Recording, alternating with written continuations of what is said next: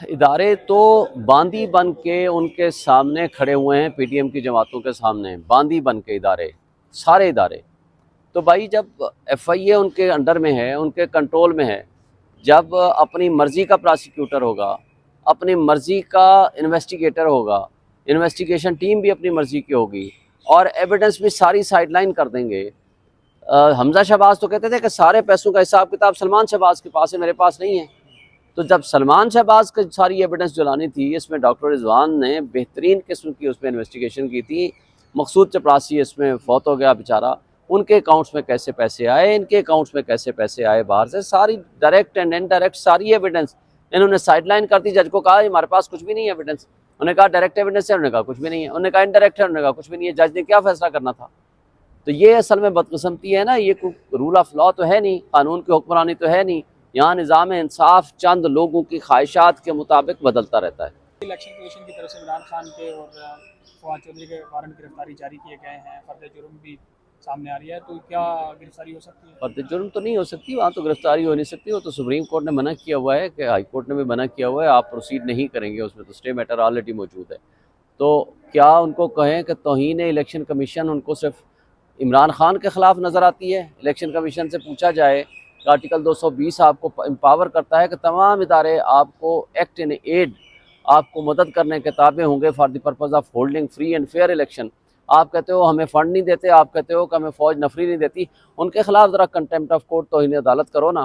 جب وہ supreme court کی توہین بڑی توہین ہے یا الیکشن کمیشن کی توہین بڑی توہین ہے؟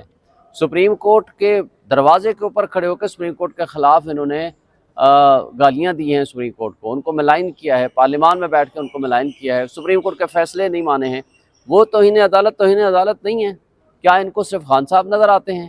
اس لیے نظر آتے ہیں کہ یہ ہمارے ملک کی بدقسمتی ہے کہ الیکشن کمیشن اور P T M, election commission جو ہے وہ پی ٹی ایم کی خواہشات کے مطابق چل رہا ہے، جو وہ خواہشات کرتے ہیں اگلے دن وہ آرڈر پاس کر اس دیتے کی قانونی سر کوئی ویلیو نہیں ہے یا کسی عدالت سے رجوع کرنا پڑے گا خان صاحب کو ان کی ہیں۔ منظوری؟ قانونی طور پر اس کی کوئی حیثیت نہیں ہے، بہرحال ہم اس پہ ضرور سوچ بچار کریں گے، آرڈر جب ملے گا تو اس پہ پھر چیلنج بھی کیا جا سکتا ہے۔ دو خانوادے دبئی میں یا لندن میں بیٹھ کے پاکستان کے 25 کروڑ عوام کی قسمت کا فیصلہ کر رہے ہیں، یہ شرم کا مقام ہے ہمارے پاکستانی قوم کا۔ پاکستانی قوم کے لیے سب سے بڑی شرمندگی یہ ہے کہ آپ کے مقدر کا فیصلہ یا دبئی میں ہوگا یا لندن میں ہوگا، کیونکہ آپ غلام ہیں۔ آپ کو تو غلاموں کو تو نہ پوچھا جاتا ہے، نہ غلام ملک میں فیصلے کیے جاتے ہیں۔